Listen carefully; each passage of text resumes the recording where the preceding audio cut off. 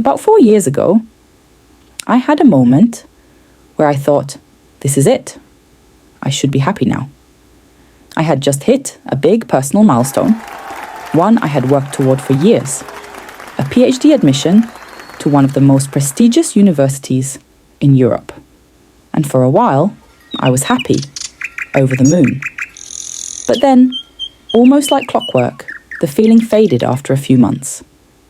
Instead of celebrating, I found myself asking, what now? And that's when I started wondering, does happiness ever really last? We grow up believing happiness is something to chase. Get the dream job, find the perfect relationship, make more money. But what if I told you that's not how happiness works at all?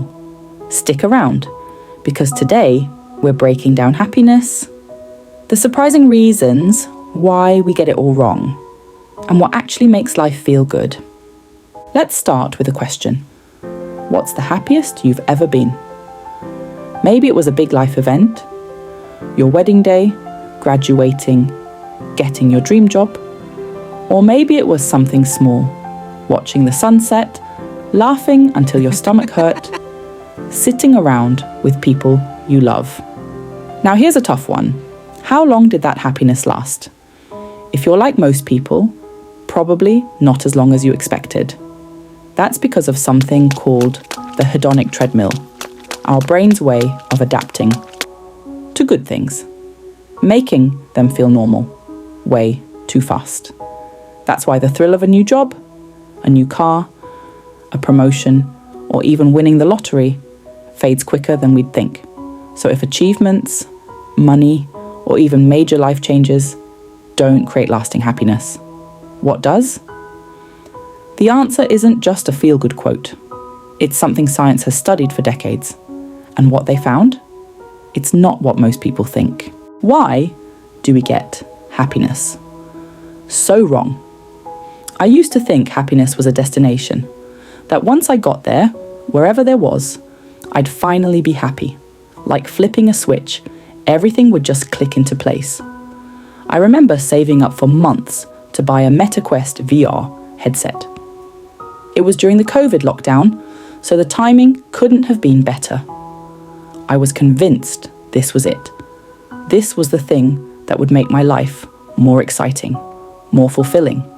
And for a while, it did. That first month? Magical.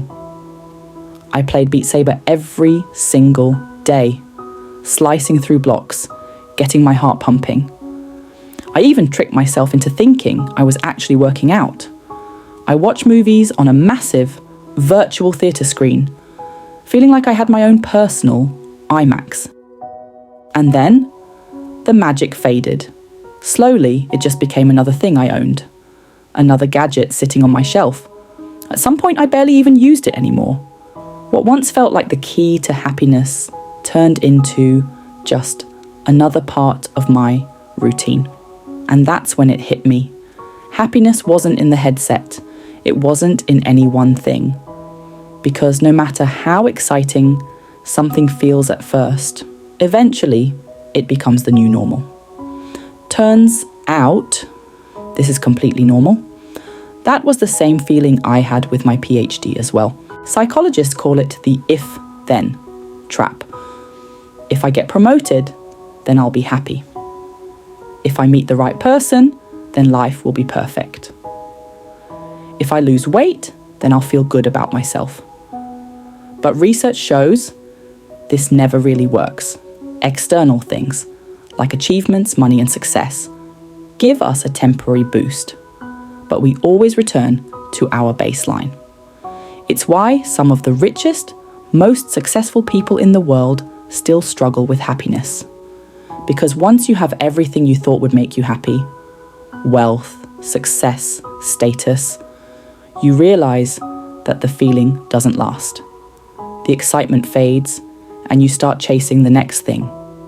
And it's also why people from humble backgrounds, who by society's standards have less, can sometimes seem so much happier, because when you grow up without abundance, you learn to appreciate the small things, the warmth of family, the joy of shared meals, the laughter of friends. So, what actually makes us happy? Scientists have been asking this question for decades, and here's what they found. 1. Genetics play a role, but not as much as you think. About 50% of your happiness is genetic. Some people are naturally more positive, while others have to work at it. But here's the good news. You can work at it. 2. Circumstances matter, but not as much as we assume. Only 10% of happiness comes from external factors, like money, job titles, or material success. 3. Intentional actions make the biggest difference.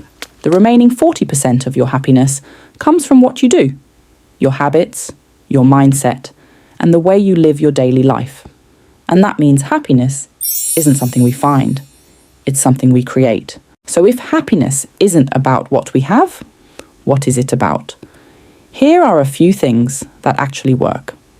1. Gratitude. Yes, really. I used to think gratitude journals were cheesy, but in 2020, I hit a really rough patch in my life. Every morning, I'd wake up feeling stuck. On paper, my life was great. I had finished my master's and landed a solid job in Mauritius. But something felt off, like I was going through the motions without really living. Almost as an experiment, I started writing down 2 things I was grateful for every day. At first, it felt pointless, forced.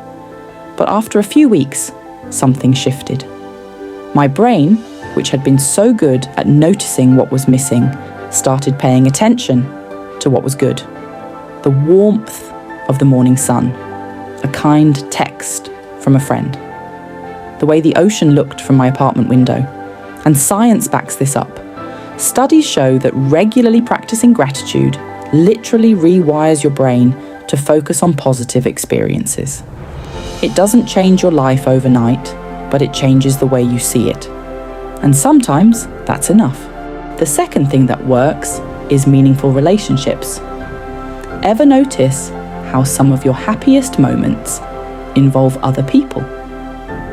There's a reason for that. A Harvard study that followed people for 80 years found that the strongest predictor of happiness isn't money, fame, or success. It's the quality of your relationships. I used to think being independent meant I didn't need anyone. But the happiest moments of my life, they weren't spent alone. They were laughing over dinner, playing with my daughter, late night talks with people I love, or even just sitting in silence with someone who gets me. 3 is giving, not getting. One of the most surprising discoveries, spending money on others actually makes us happier than spending it on ourselves. Whether it's donating to a cause, treating a friend to coffee, or just helping someone out, generosity isn't just kind. It's scientifically proven to boost happiness. I once bought a Harry Potter book set for a friend's daughter. It wasn't a big deal to me, just a small spontaneous gift. But when she saw it, her face lit up, like I had given her actual magic. And that feeling, that joy, it stayed with me all day. And that's the thing about kindness. It doesn't just make them feel good, it makes you feel good too. 4 is being present. We spend so much time chasing the next thing. We forget to enjoy what's happening right now. And the problem is, if we're always waiting for the next moment to make us happy, we never really feel satisfied.